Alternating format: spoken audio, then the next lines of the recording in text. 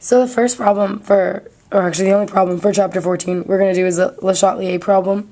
So this is a typical example of a formula that you would have and scenarios that we could be working at. So this is an endothermic reaction, and we're going to see what all of these would do to the hydrogen gas, so this guy.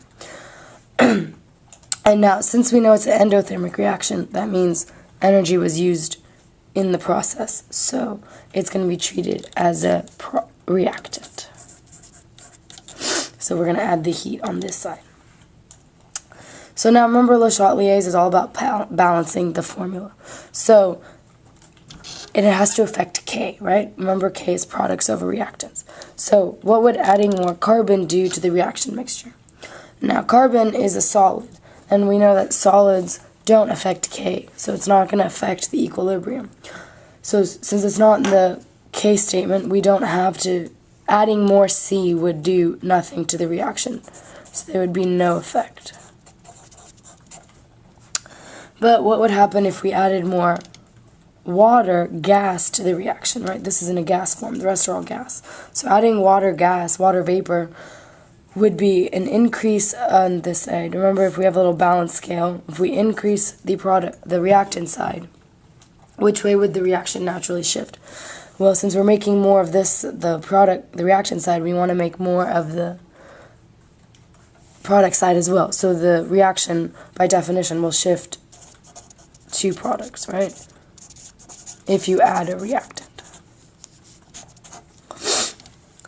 Then it's the same thing if we raise the temperature of the reaction. Raising the temperature is synonymous with increasing heat, right?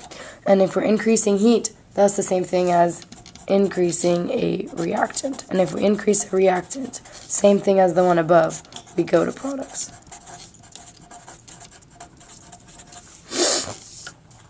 The last thing is increasing the volume of the reaction. If we increase the volume, we have to look at pressure and volume in a synonymous term. So if you increase volume, that's the same as decreasing pressure. Both of those, you're going to go to the side with more moles, right? Because more moles can be handled. In this, like if you have more volume, you could handle more moles of gas. So that's the team of gas. So how many moles of gas are on the product side?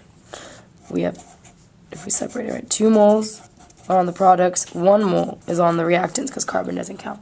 So in this case, if you increase the volume, you're going to go to the products.